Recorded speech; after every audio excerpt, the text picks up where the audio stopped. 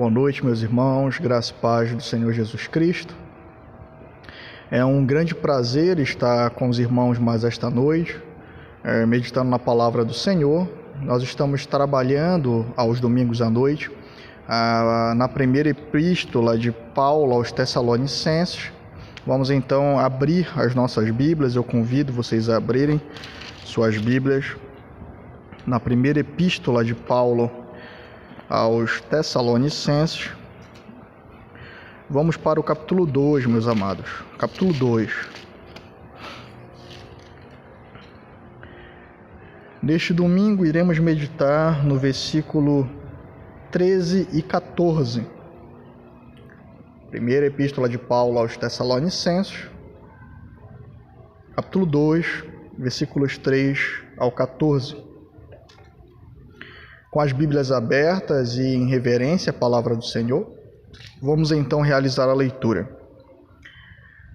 Por isso também damos graças sem cessar a Deus, pois havendo recebido de nós a palavra da pregação de Deus, a recebestes não como palavra de homens, mas segundo é, na verdade, como palavra de Deus, a qual também opera em vós os que crestes. Porque vós, irmãos, haveis sido feitos imitadores das igrejas de Deus, que na Judéia estão em Jesus Cristo, porquanto também padecestes de vossos próprios concidadãos, o mesmo que os judeus lhe fizeram a eles. Vamos ao nosso Senhor em oração.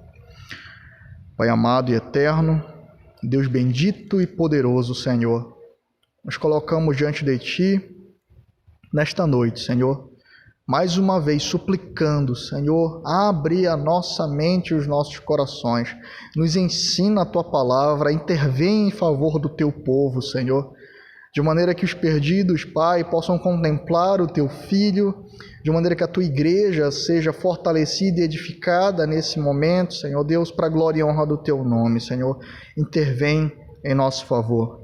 Nos ensina, Senhor Deus, acerca da Tua operação por meio da palavra esta noite e as marcas de alguém que teve genuinamente seu coração rasgado, convertido, Senhor Deus, regenerado por Ti. É o que nós te suplicamos, Senhor. Livra-nos da incredulidade, Senhor Deus, do erro. Nos ilumina, Pai, no poder do Teu Santo Espírito pela palavra. É o que nós te suplicamos em Cristo.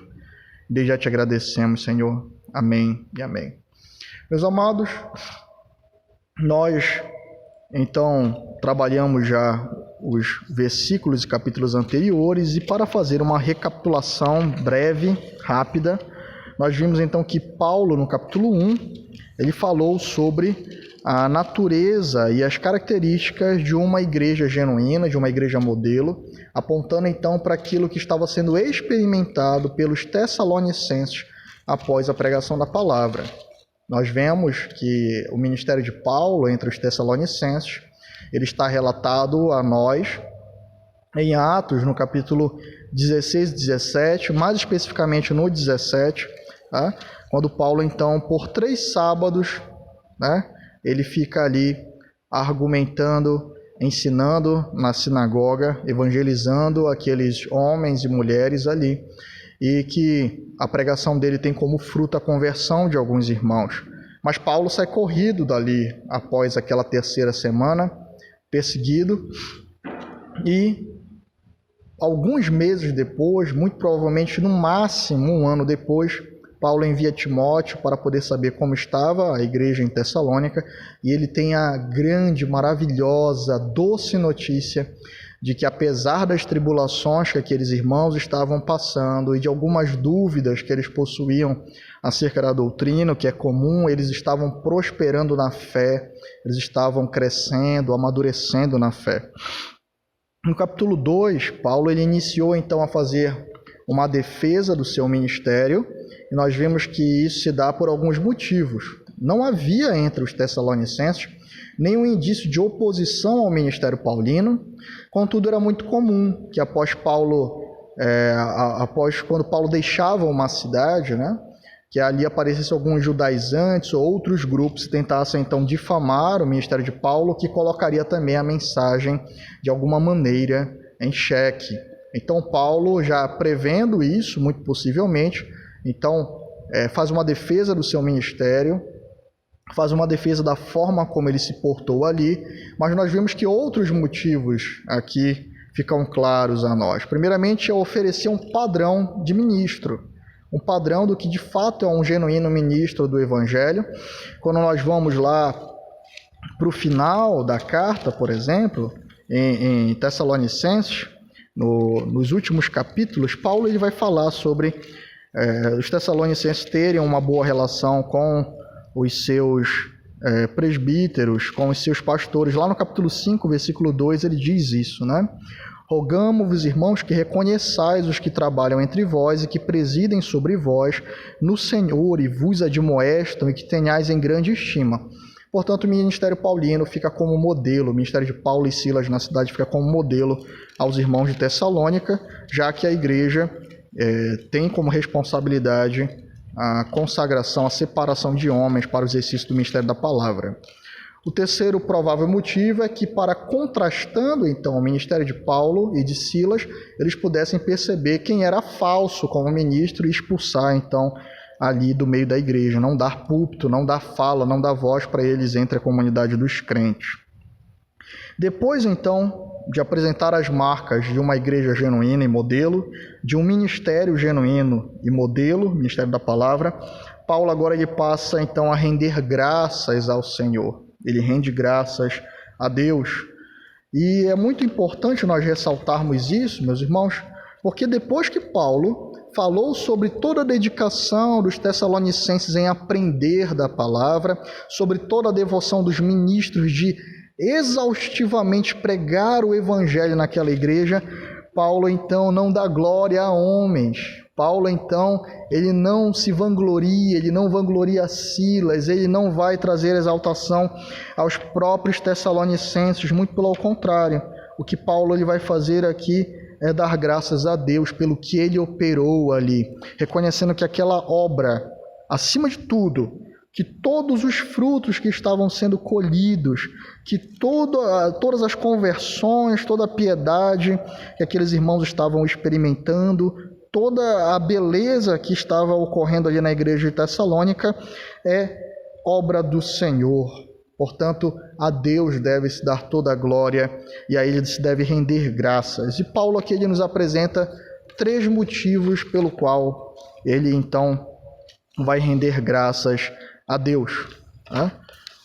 O primeiro motivo, então, meus queridos irmãos, pelo qual Paulo ele vai render graças ou ações de graças ao nosso Senhor, é pelo recebimento da palavra por parte dos tessalonicenses. Olha o que ele diz no versículo 13.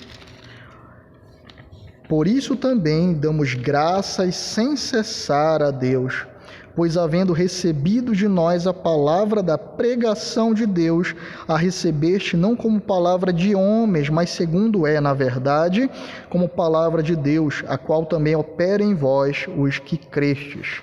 Vamos lembrar que não é a primeira vez que Paulo estava pregando em uma cidade, muito pelo contrário. Paulo havia pregado em Filipo, no capítulo 16 de Atos, antes de ir a Tessalônica. Paulo já havia pregado em outras cidades, em outras ocasiões, para outras pessoas, assim também como visto o ministério de pregação dos demais apóstolos. E Paulo viu que muitas pessoas rejeitavam a palavra do Senhor. Tinham um coração duro para a palavra do Senhor. Eles nem sequer ouviam a palavra. Eles desdenhavam da palavra, se opunham à palavra.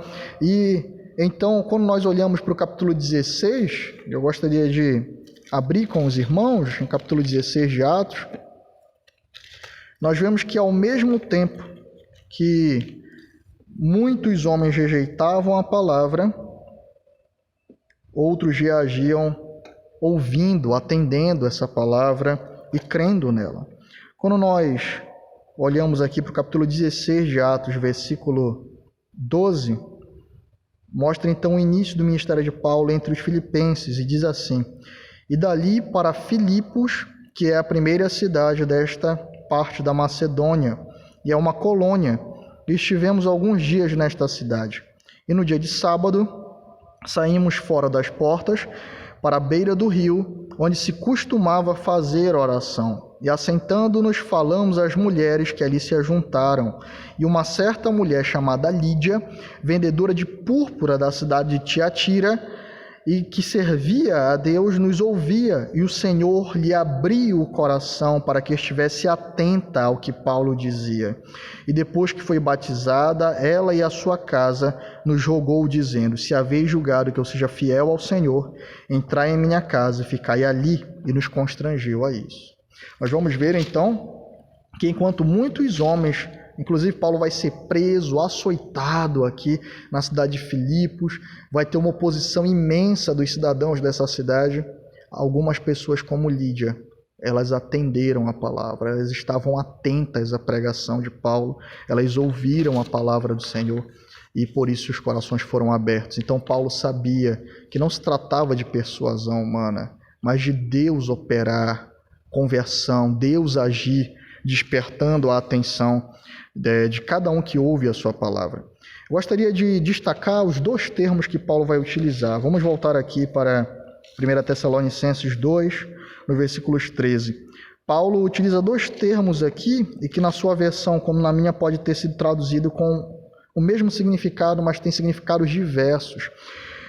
No versículo 13 ele diz: por isso também damos sem cessar graças a Deus, pois havendo recebido de nós a palavra da pregação de Deus, a recebeste não como palavra de homens. O primeiro verbo que Paulo utiliza aqui é paralaban, ou seja, ouvir mesmo, né? Algo, um ato, uma ação de prestar atenção ao som. Ao som, que som? A pregação da palavra de Deus. Então, primeiramente, Paulo agradece ao Senhor porque aquelas pessoas estavam ouvindo, porque os tessalonicenses, eles pararam e ouviram, aqueles irmãos pararam e atentaram para aquilo que estava sendo pregado. Meus amados, e isso é um motivo de dar graças a Deus. As pessoas, elas são atraídas por coisas extremamente medíocres e inúteis, músicas perversas, tipo de comerciais, discursos, baboseiras, às vezes nas redes sociais, em mídias sociais, né? Mas quando a palavra do Senhor ela é anunciada, o comichão que tem no ouvido, o desinteresse, o ódio pelas coisas de Deus é tão grande que a mente ela se fecha, o ouvido ele se fecha, ele não consegue compreender. Se você perguntar para uma pessoa que às vezes está mesmo na igreja ali, durante o sermão, você perguntar o que foi pregado, o que foi dito, ele não consegue citar nada para você. A mente se esvaiu, ela foi para outro lugar. Os pensamentos tomaram conta daquela pessoa de maneira que os ouvidos se fecharam e nem mesmo ouvir, esse ato de prestar atenção, foi praticado por essa pessoa, né? Nós estamos em uma época difícil e Paulo, ele diz que quando ele falou ali àqueles irmãos, o primeiro motivo pelo qual ele dá graça a Deus é que eles pararam e atentaram para o que Paulo estava falando. O segundo verbo utilizado por Paulo aqui, ou seja, depois de ouvirem, atentarem para a palavra da pregação de Deus, vocês a receberam, e o termo aqui é dekomai, que aponta para uma atitude pessoal do coração. O que Paulo está dizendo é que eles ouviram não somente com os ouvidos, mas eles também ouviram com o coração. Eles depositaram o coração no Cristo que estava sendo pregado e anunciado na palavra. Quando eles ouviam a palavra, o coração deles ardia, o coração deles estava sendo regenerado, uma nova vida estava sendo criada no coração daqueles irmãos. Quando nós vamos até Atos, no capítulo 17, os irmãos podem ler posteriormente, diz que Paulo ele pregava o evangelho ali, e anunciava quem era o Cristo, anunciava a vida de Cristo, a morte de Cristo, a ressurreição de Cristo. E esses irmãos então ouviram e creram no seu coração. Eles receberam a palavra. Paulo então agradece ao Senhor. E ele faz um destaque aqui. Ele diz: por isso também damos sem cessar graças a Deus, pois havendo ouvido de nós a palavra da pregação de Deus, a recebeste, ou seja, receberam no coração, não como palavra de homens, mas segundo na verdade, como palavra de Deus. Ou seja, como é que a palavra chegou até eles? Como foi que se deu esse ato de ouvir e de crer por parte desses irmãos? Foi uma dança profética que Paulo ele fez ali? Foi uma peça teatral que ele apresentou? Foi uma atividade, uma dinâmica, uma gincana, né? E os gregos gostavam muito dessas coisas? Não. A pergunta é, quando é que a voz de Deus foi ouvida? Quando houve pregação da palavra. Olha só o que Paulo diz: pois havendo recebido de nós a palavra da pregação de Deus. A forma como Paulo elabora isso aqui é formidável. O sentido original é: Deus falou, vocês ouviram Deus por meio da nossa pregação. É isso que ele está dizendo. Meus amados irmãos, nós devemos atentar que é exatamente assim que aprouve ao Senhor falar a nós, por meio da sua palavra. E o Senhor, ele fala a sua palavra por meio da pregação. Quando a Bíblia ela é aberta, ela é pregada, ela é explicada, ela é aplicada, quando ela verdadeiramente está sendo anunciada, nós temos o próprio Deus falando ali. É exatamente esse o sentido do que Paulo está dizendo, de que quando eles foram até os Tessalonicenses e eles pregaram a palavra de Deus, a própria voz de Deus, o próprio Deus estava falando ali. A ilustração que nós temos aqui é a ilustração de um arauto. Nós trabalhamos isso em outras pregações.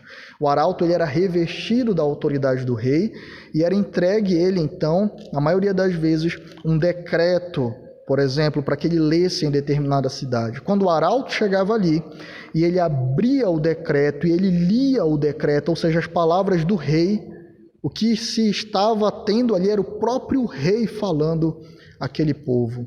A autoridade do rei estava presente, as palavras do rei estavam sendo ditas, de maneira que zombar dessa palavra, ou desobedecê-la, acarretaria punição sobre aqueles que a ignoravam. Portanto, esses irmãos, eles ouviram a pregação e eles creram então naquilo que estava sendo pregado com seus corações, eles receberam a palavra no coração. E olha só o que Paulo diz, que eles receberam a pregação não como palavra de homens, mas quando segundo na verdade, como palavra de Deus. Ou seja, quando Paulo começou a pregar, ele começou a anunciar as palavras do Senhor. Aqueles irmãos eles estiveram atentos, com o coração ardente, porque eles sabiam que o que estava sendo ministrado ali não era a concepção humana, não era mera opinião, não era algo carnal, era o próprio Deus falando a eles. E eles então se sentaram e eles prestaram atenção e eles tomaram aquilo no seu coração e receberam a palavra. Eles não desdenharam da palavra, eles não trataram a palavra como algo de segundo valor, não. Eles entendiam que quem estava falando ali era o próprio Deus por meio da pregação. E nós temos uma pergunta então: como é que você tem lidado com a palavra do Senhor? Quando ela é aberta, lida, pregada e aplicada, onde estão os seus ouvidos? Você que domingo após domingo vem à igreja, domingo após domingo ouve os sermões, os seus ouvidos estão de fato atentos à palavra do Senhor? Tem pessoas que conseguem ouvir música o dia inteiro, conseguem maratonar séries, passar o dia inteiro em redes sociais, ouvindo áudio de outras pessoas, com dedicação, com prazer, com alegria, mas meia hora de pregação é um martírio para determinadas pessoas. Elas preferem atentar para o barulho do ventilador, elas preferem esvaziar a sua mente e dar ouvidos a outros assuntos, a outras tarefas, às vezes até mesmo a voz de Satanás tentando o seu coração naquele momento. Mas quando Deus Todo-Poderoso está falando, os seus ouvidos estão fechados. Que ofensa ao Senhor! Que grande ofensa ao Rei que fala! Onde estão os seus corações quando a palavra está sendo ministrada? Aqueles irmãos estavam recebendo a palavra não só com o ouvido, mas um coração sedento por aprender do Senhor. por contemplar a sua majestade revelada, o evangelho do seu Filho sendo pregado, Cristo sendo anunciado, e o coração deles ardia e estava atento, depositado naquilo que estava sendo pregado. Aonde está o seu coração no momento em que a palavra ela é pregada? No dinheiro, no seu negócio que teve que fechar ou que teve alguma perda durante esse período? Aonde está o seu coração? Paulo, ele havia argumentado no capítulo 1 que essa igreja estava prosperando, crescendo, amadurecendo com intensidade. E está aqui o segredo: eles ouviram e receberam a palavra do Senhor. Muitas pessoas perguntam por que elas não crescem espiritualmente, por que não amadurecem, por que não se aperfeiçoam no conhecimento do Senhor, por que não se aperfeiçoam no seu relacionamento com Ele. Aqui está a resposta: os seus ouvidos e os seus corações não estão dedicados à palavra do Senhor. E é nela que o Senhor se revela, é nela que o Senhor se dá a conhecer a nós, é nela que o Senhor mostra o seu ser, os seus atributos, a sua vontade. Portanto, como escapar da grande ira do Senhor no dia final? Quando o Senhor olhar para você e disser que você nunca de fato ouviu a palavra e atentou com seu coração para ela. Como, meus irmãos, olhar e encarar o Senhor e pedir as suas bênçãos? Como clamar pelo seu favor, se quando Ele fala nós tratamos com banalidade e indiferença a sua palavra? Não há reverência no coração, não há reverência na voz, não há reverência no ouvido, não há reverência na postura. O Rei dos Reis fala quando a palavra ela é aberta, pregada e lida. Nós precisamos urgentemente recuperar esse senso, porque somente assim receberemos a palavra do Senhor não como palavra de homens, mas como a palavra que de fato ela é, a palavra do Senhor, a palavra de Deus. O segundo motivo pelo qual Paulo ele dá graças ao Senhor é porque esses irmãos, havendo ouvido a palavra e recebido a palavra, essa palavra estava operando neles. E esse é o nosso segundo ponto. Paulo dá graças a Deus pela operação da palavra no coração dos Tessalonicenses. Olha o que Paulo diz, versículo 13 ainda. Por isso também damos sem cessar graças a Deus, pois havendo recebido de nós a palavra da pregação de Deus, a recebeste não como a palavra de homens, mas segundo é, na verdade, como palavra de Deus, a qual também opera em vós os que crestes.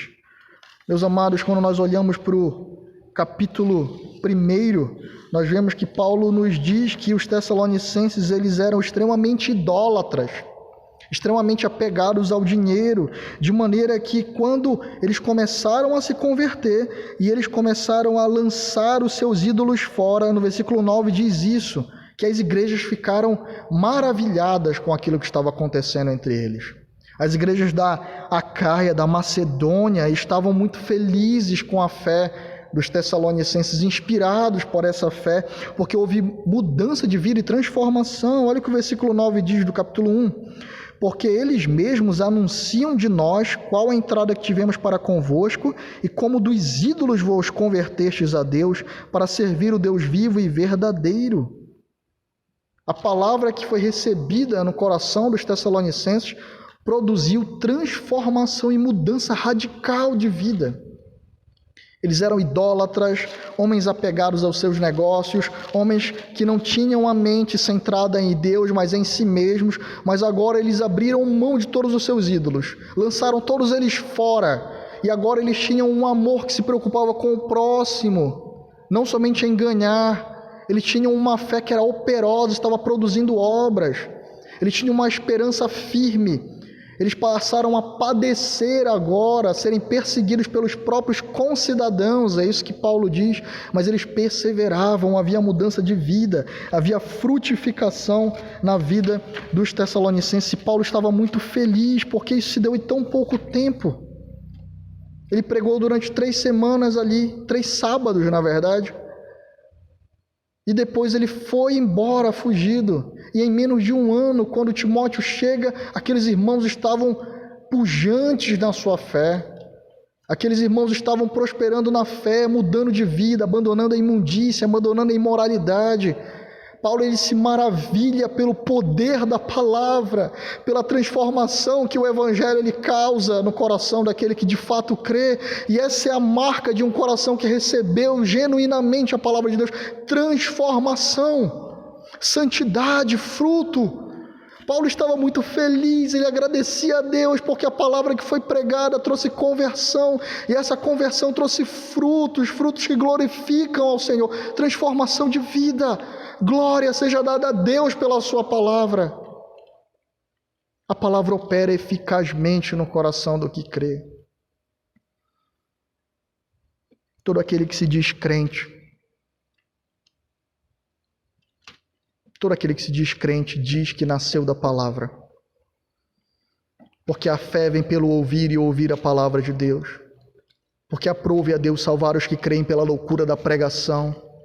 Porque, como diz Tiago no capítulo 1, versículo 18, ele nos gerou pela palavra da verdade. E essa palavra ela é poderosa e eficaz para transformar a vida. A sua vida tem frutos, meu irmão e minha irmã. A sua vida tem santidade, tem obras dignas de arrependimento. Você pode perguntar por que você não tem experimentado de poder, de mais santidade, porque você não tem conseguido vencer o seu pecado, porque você não tem conseguido produzir obras de bondade, de santidade diante do Senhor. É porque você não está recebendo a palavra de Deus. Você não está tratando como a palavra do próprio Deus para você. Você não está agradecendo ao Senhor pela eficácia que tem a palavra. Você não está se submetendo à palavra do Senhor. Você não está vivendo a palavra do Senhor. Você tem ignorado. Você seleciona aquilo que você quer da palavra. Isso é um ato perverso. Você diz, olha, essa parte não, isso aqui eu não quero obedecer. E é por isso que não há vontade, por isso que não há poder espiritual, por isso que você não tem experimentado de transformação, porque você trata com banalidade o poder de Deus para a salvação de todo o que crê e para retirar de nós toda a imundície e transformar o nosso coração e nos amoldar a Cristo. O Senhor santifica por meio da palavra, santifica-os na verdade, a tua palavra é a verdade. É isso que o Senhor ora em João 17, o Senhor Jesus Cristo ora a Deus em João 17. Portanto, Paulo agradece ao Senhor, ele dá graças ao Senhor, porque em tão pouco tempo aqueles irmãos, eles receberam a palavra. Agora façam uma comparação desses irmãos de Tessalônica com os hebreus. Vamos abrir em Hebreus no capítulo 5. Vamos abrir em Hebreus no capítulo 5. Olha só a exortação que o autor de Hebreus vai lançar aos crentes a quem ele está escrevendo. Versículo 10. Ele está explicando o sacerdócio de Cristo. E aí ele chega então no versículo 10 e diz que Cristo é chamado por Deus sumo sacerdote segundo a ordem de Melquisedeque. E aí ele tem que parar. Ele não consegue prosseguir na profundidade dessa maravilhosa doutrina. E olha o que ele diz: do qual muito temos que dizer, ou seja, eu tenho tanto para dizer sobre isso para vocês, de difícil interpretação, porque vocês vos fizeram negligentes no ouvir, porque devendo já ser mestres pelo tempo, ainda necessitais que se vos torne a ensinar quais sejam os primeiros rudimentos da palavra de Deus, e vos haver feito os tais que necessitais de leite, e não de mantimento sólido. Porque qualquer que ainda se alimenta de leite não está experimentado na palavra de justiça, porque é menino. Mas o mantimento sólido é para os perfeitos, os quais, em razão do costume, têm os sentidos exercitados para discernir tanto o bem quanto o mal. Aqueles irmãos, eles não tinham sabedoria para viver, é isso que ele está dizendo. Eles não conseguiam receber a beleza, a profundidade de mais daquele assunto do sacerdócio de Cristo, porque há tanto tempo tem sido ministrado a eles os rudimentos da fé, eles são negligentes em ouvir, e é por isso que são crianças espirituais infantis, é isso que o autor de Hebreus está dizendo. Mas quando nós olhamos para o Tessalonicenses, em um ano, que fé, que transformação, que poder, que crescimento, perseverando em meio ao sofrimento, padecendo e se agradando de padecer com o coração firmado em Cristo. Qual é a diferença entre eles? A dedicação em ouvir, aprender e receber a palavra. Aqui está a resposta, porque não temos experimentado de mais poder, de mais santidade, por causa da negligência em ouvir e receber a palavra do Senhor. O terceiro motivo pelo qual Paulo dá graças ao Senhor, vamos voltar então a 1 Tessalonicenses 2. Vamos ler aqui o versículo 14. Porque vós, irmãos, haveis sido feitos imitadores das igrejas de Deus na Judéia, que na Judéia estão em Jesus Cristo, porquanto também padecestes de vossos próprios concidadãos o mesmo que os judeus lhe fizeram. Eles estavam sendo perseguidos e Paulo está dando graças ao Senhor, porque esses irmãos estavam perseverando em meio ao sofrimento, nas promessas da palavra. Nós vemos que já era esperada a perseguição. Quando Paulo está ali em Tessalônica, em Atos 17, ele tem que sair fugido, porque as pessoas daquela cidade que descobriram que ele estava pregando e que pessoas estavam se convertendo, perseguiram Paulo para fazer mal a ele e a Silas, e eles fogem dali. Portanto, já era esperado por aqueles irmãos que eles também iriam padecer perseguições, e eles receberam a palavra em meio à perseguição. E Paulo diz aqui, no versículo 6 do capítulo 1, vós fostes feitos nossos imitadores e do Senhor, recebendo a palavra em muita tribulação, mas com alegria do Espírito Santo. Paulo estava vendo que a fé daqueles irmãos era genuína, assim como da igreja da Judéia, ou seja, aquela igreja que estava entre os judeus. E, meus irmãos, Paulo testemunhou da fé daqueles irmãos.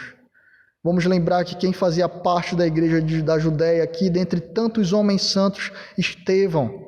Paulo estava no martírio de Estevão, Paulo arrasou com Estevão naquele momento, e Paulo vê aquele homem confessando Cristo até a morte por apedrejamento, levando seus olhos aos céus e permanecendo fiel a Cristo, porque ele sabe que convém padecer para que sejamos glorificados, que o caminho do sofrimento, o caminho da cruz é o caminho da glória. E eles foram anunciados que Cristo morreu e ressuscitou. Eles sabiam que o Senhor havia padecido, e eles sabiam que eles, como servos de Cristo, não podiam esperar, bem padeceriam. E Paulo diz, olha, meus irmãos, vocês estão imitando a fé da igreja que está na Judéia, porque eles também têm sido muito perseguidos lá. O próprio Paulo estava empreendendo perseguição, os irmãos estavam sendo mortos, maltratados, espoliados, tendo a sua propriedade retirada, mas eles perseveravam firmes, porque eles tinham a promessa da ressurreição eterna em Cristo Jesus. Paulo lhe diz isso, que a esperança dos Tessalonicenses, ela era marcante. No versículo 10 ele fala, e esperar dos céus a seu Filho, a quem ressuscitou dentre os mortos, a saber, Jesus, que nos livra da ira futura. Ou seja, eles se despojaram dos ídolos, eles mudaram de vida, e eles estavam olhando para o céu, esperando o Senhor, enquanto padeciam perseguição, porque eles sabiam que o Senhor tinha os livrado da ira futura, e que Ele está vindo buscar o seu povo. E aonde está revelado isso? No Evangelho, na Palavra de Deus. Aqueles irmãos, eles ouviram a palavra, receberam a palavra mudou a vida deles, a palavra promoveu transformação, regeneração, novo nascimento, poder e fidelidade a Deus para passar por perseguições, porque eles sabiam que as promessas do Senhor são verdadeiras. Então, a meio à tribulação, eles não tentaram ser politicamente corretos, eles não fizeram concessões, eles não fizeram algo que muitos crentes fazem. Não, olha, eu vou fazer isso aqui, mas Deus sabe o meu coração. Eles não disseram, não, olha, eu vou fingir aqui que eu sou um idólatra, mas Deus sabe o meu coração. Não. Eles estavam sendo perseguidos e maltratados, professando a fé no Filho de Deus. Eles estavam perseverando, eles estavam imitando a fé dos irmãos da Judéia, dos judeus salvos e convertidos ali que estavam sendo mortos. E esses irmãos estavam imitando a fé do próprio Cristo que padeceu. E sem sofrimento, sem cruz, não há glória. Esses irmãos sabiam disso. E Paulo estava muito feliz, porque a fé deles não era uma fé fingida. Como ela foi gerada genuinamente pela palavra, estava alicerçada na palavra, as aflições, as perseguições, as dores não puderam apagá-la. Muito pelo contrário, Tiago diz que a fé do crente, quando ela passa pela provação, é como se ela passasse pelo fogo, como o ouro que passa pelo fogo e começa a brilhar e a se destacar ainda mais. Assim era a fé dos Tessalonicenses. Eles acreditavam no Evangelho do Senhor, eles acreditavam na palavra que eles receberam, de que Cristo dos céus virá buscá-los, virá buscar todo o seu povo. Eles sabiam que não adianta se apegar às coisas desse mundo. Eles entenderam que esse mundo vai passar, que todos os ídolos falsos cairão, que todos aqueles que estão com o coração firmados nas coisas desse mundo vão passar junto com esse mundo, serão condenados juntos com esse mundo, mas Cristo não, ele permanecerá para sempre.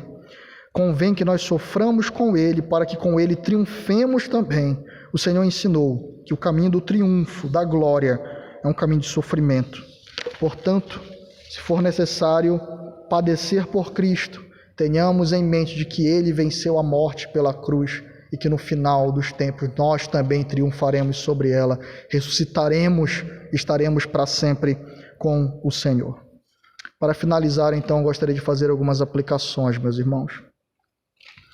Primeiramente, observem que Paulo falou aqui sobre os Tessalonicenses recebendo a palavra, ouvindo a palavra operando, e agora eles estavam frutificando, que Paulo ministrou com dedicação naquele local, que aqueles irmãos eram perseverantes em meio às tribulações.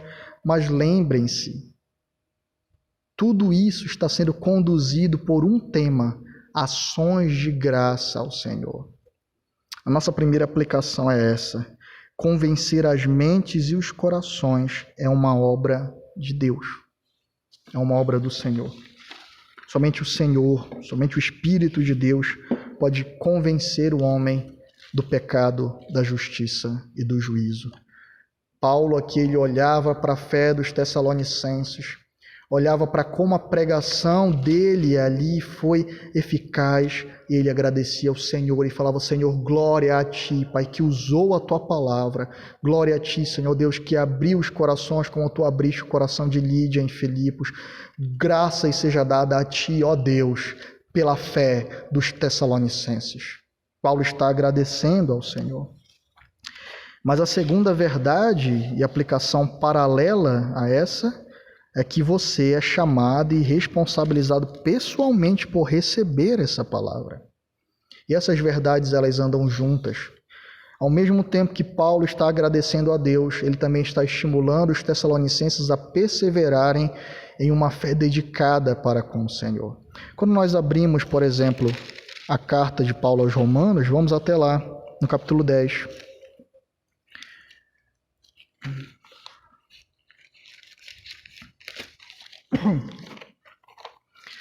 Carta de Paulo aos Romanos, capítulo 10. Olha só o que diz a palavra do Senhor no versículo 17. De sorte que a fé é pelo ouvir, e o ouvir a palavra de Deus. Ou seja, a fé, ela é gerada pelo ouvir a palavra do Senhor. Mas olha só o que Paulo disse antes. Mas que diz no versículo 8: a palavra está junto de ti, na tua boca e no teu coração. Esta é a palavra da fé que pregamos, a saber, se com a tua boca confessares ao Senhor Jesus, e em teu coração creres que Deus o ressuscitou dentre os mortos, serás salvo, visto que com o coração se crê para a justiça e com a boca se faz confissão para a salvação. Portanto, você é chamado a responder pessoalmente. Essas duas verdades estão juntas. Como o Senhor, ele sintetiza isso para louvor da sua glória. de maneira que nós somos chamados genuinamente a responder, a ouvir, a crer com o nosso coração, a professar com a nossa boca. Nós só podemos fazer isso porque isso é um dom de Deus e Ele opera nos nossos corações. Efésios 2 deixa isso claro, de que a salvação é pela graça, por meio da fé. Isso não vem de nós, é dom de Deus, não vem de nenhum homem, de nenhuma obra, de ninguém, para que ninguém se glorie. Portanto, o que nos cabe é responder ao que o Senhor está mandando a nós. O ato de conversão, a obra de Deus, cabe somente a Ele e está nele imprescrutavelmente. Mas a nós, o Senhor diz em Lucas 11:28, benditos são aqueles que ouvem a palavra de Deus e a obedecem. Portanto, o que nos cabe é responder a essa palavra com dedicação. A terceira verdade, a terceira aplicação é que sem a palavra não há conversão. E sem conversão só existe morte, pecado e condenação. Isso fica muito claro na Escritura. Quando Paulo ele está falando sobre irmãos que creram, quando Paulo está falando aos Tessalonicenses sobre a fé pujante deles, ele está sempre apontando para o ato de Deus por meio da palavra. A fé vem pelo ouvir e ouvir a palavra de Deus. Aprove ao Senhor salvar os que creem pela loucura da pregação. Ele nos gerou pela sua palavra para que fôssemos como que primícias das suas criaturas. O Senhor opera por meio da palavra. Sem a pregação não há conversão. Os homens precisam entender isso, porque eles têm criado milhares de estratégias com a desculpa de querer alcançar o perdido. Mas isso é falso, isso é demoníaco. Sem a pregação da palavra não haverá conversão. Os homens precisam entender isso de uma vez por todas. É por meio da palavra que o Senhor age. Aprove a Ele salvar os que creem pela loucura da pregação. A vontade dEle é essa, agir pela palavra. É por isso que o Senhor Jesus Cristo, quando estava na terra, pregava. Ele ia por todas as aldeias, vilas, por todos os terrenos, pregando a palavra, pregando as boas novas, a mensagem de arrependimento, de conversão. Olha o exemplo que o próprio Cristo deixa a nós. Os apóstolos, então, seguem o mesmo ministério. Em Atos 6, eles dizem, olha, nós não podemos servir às mesas porque precisamos nos dedicar à palavra. E eles vão pregando por todo mundo. O ide do Senhor consiste nisso, ide por todo mundo e pregai o evangelho a toda criatura. Sem palavra não há conversão. Sem palavra não há conversão, e sem conversão o homem continua morto em seus delitos e pecados. Mas quando a palavra ela é pregada, nós temos a cena do Vale dos Ossos Secos acontecendo. Nós temos o Senhor soprando com seu espírito sobre aqueles ossos e trazendo vida aonde não existia mais vida. Portanto, precisamos valorizar a palavra como crentes e como igreja. Se nós queremos de fato ver conversão das pessoas, precisamos pregar a palavra de Deus. A quarta aplicação, portanto, é que uma fé genuína, ela está alicerçada na palavra. Uma fé que não está alicerçada na palavra é uma fé falsa. E quando se abater sobre ela as perseguições, a tribulação, a tentação, isso vai ficar muito evidente. Porque uma fé falsa, como Tiago muito bem diz, quando ela passa pela tribulação e ela é provada, ela se desmancha, ela se desfaz. Mas a fé verdadeira vem pelo ouvir a palavra. Portanto, uma fé real, ela está alicerçada na palavra. Ela é gerada pela palavra, ela ama a palavra e ela é uma fé operosa. Ela frutifica, porque a palavra está operando eficazmente no coração. Portanto, ela é uma fé que frutifica. Você tem frutificado, a sua fé ela é genuína, a fé sem obras é morta, é o que Tiago vai argumentar. Uma fé genuína, ela está fundamentada na palavra, e porque essa palavra ela continua operando, essa fé vai frutificando e rendendo glórias ao nome do Senhor, enquanto ela vai se movendo em direção a Cristo e sendo conformada cada vez mais o coração, conformando o coração cada vez mais à imagem do Senhor Jesus Cristo. Uma fé genuína é uma fé que suporta as aflições. Ela é uma fé que não abre mão de Cristo quando ela está sendo tentada, provada, em momentos de dor, de aflição. Elas sabem que, assim como Cristo padeceu e foi glorificado pelo Senhor, cabe também aos seus servos padecerem, porque nós não somos superiores ao nosso Senhor. A fé que você possui hoje em Cristo, a fé que você diz possuir em Cristo, ela pode ser também passada pelo fogo. A fé que você tem hoje, ela suporta aflições, ou ela é uma fé que tem murmurado por qualquer motivo, o menor deles. Porque eu não estou comendo aquela comida que eu gostaria de comer hoje, porque algum dos meus planos ou do controle megalomaníaco que eu quero ter sobre o meu dia falhou. Como é que a sua fé tem reagido às pequenas provações que você tem experimentado? Porque a tendência é piorar, é que venham perseguições, é que venham guerras e rumores de guerras, é que nós sejamos perseguidos pelo nome do Senhor Jesus Cristo. Ele já profetizou isso. Isso vai acontecer. E quando isso acontecer, a fé que você tem é genuína para perseverar. A fé genuína, ela suporta as aflições. Ela não é uma fé murmuradora, mas é uma fé que, enquanto sofre, faz como os Tessalonicenses, olha para o céu esperando Cristo vir para trazer justiça. Por último, como é que anda a sua vida de crente? Você tem conseguido vencer o pecado? Ou você se diz crente, mas tem uma boca imunda? Conversa sobre coisas obscenas, assiste coisas que não devem, pratica perversidade dia após dia, mas depois está na igreja se dizendo crente. Não há poder na sua vida porque você tem desprezado a palavra de Deus. Você tem tratado a palavra do Senhor com banalidade. E todo aquele que diz que conhece a Deus anda na luz como ele na luz está. Portanto, nesta noite, rompa com isso. Faça uma análise de como anda a sua vida, se ela de fato é uma vida cristã. Se arrependa dos seus pecados. Não adianta se esconder por trás de uma religião vazia, falsa. Rompa com isso. No final dos tempos, você vai ser exposto na sua mentira. Você vai ser envergonhado por Cristo. Você ouvirá: aparta-te de mim para o fogo eterno, porque eu não te conheço, eu nunca te conheci. Quão triste vai ser esse dia. Portanto, rompa hoje com isso. Clame ao Senhor, ouça ao Senhor e diz: Senhor, te revela a mim por meio da tua palavra. Fala ao meu coração, abre o meu coração, transforma a minha vida, Senhor. E Ele garante que nenhum daqueles que vão até Ele serão desprezados, mas serão transformados, regenerados, conduzidos no poder da sua palavra, no poder do Santo Espírito, por meio da sua eterna, poderosa e bendita palavra que opera nos seus filhos para a glória do seu nome e para a boa obra. Vamos ao Senhor em oração. Pai amado, eterno e querido, te agradecemos, Senhor Deus, pela tua palavra revelada diante de nós, Senhor.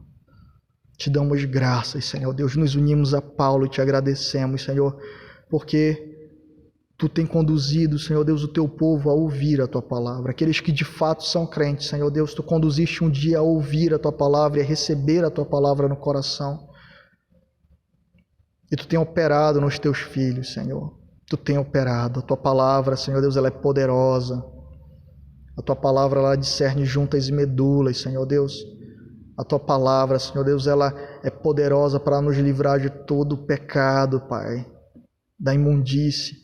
Teu Santo Espírito opera em nós pela tua palavra viva, pela tua palavra poderosa, Senhor Deus, que trouxe à existência todas as coisas quando nada havia. A tua palavra poderosa que traz vida aos ossos secos, Senhor. Te agradecemos, Pai, por falar a nós e por meio da tua palavra trazer vida espiritual onde não havia, Senhor. Nós te agradecemos. Te suplicamos que tu quebre os corações esta noite, Senhor. Que tu arrebente, Senhor Deus, a incredulidade, Pai, as algemas, os grilhões, Pai. E traga genuína conversão. Opera, Senhor Deus. Faz como Lídia, Senhor, como tu fizeste com Lídia, Senhor Deus. Abre os ouvidos, abre o coração para que ouçam e recebam a tua palavra. Leva os teus filhos, Senhor Deus, a olhar para a tua palavra como a tua palavra e não como palavra de homem, Senhor. Estabelece, Senhor Deus, pregadores sobre a tua igreja, Pai, pregadores fiéis da tua palavra, Pai, porque tu falas por meio da pregação da tua palavra, Senhor. Nos conduz como igreja a amar a tua palavra, como filhos teus, Senhor Deus, a ouvir e a receber a tua palavra no coração, como tua, Senhor Deus, como poderosa, como a manifestação do teu ser, do teu plano de salvação, do caráter do nosso Senhor Jesus Cristo, da obra dele na cruz, Senhor Deus, das tuas promessas benditas, a tua vontade, Pai, para que nós obedeçamos. Ó Senhor Deus, nos leva, Pai, a amar a tua palavra. Que ela seja como doce, Pai, mais doce que o mel para nós te suplicamos, Senhor.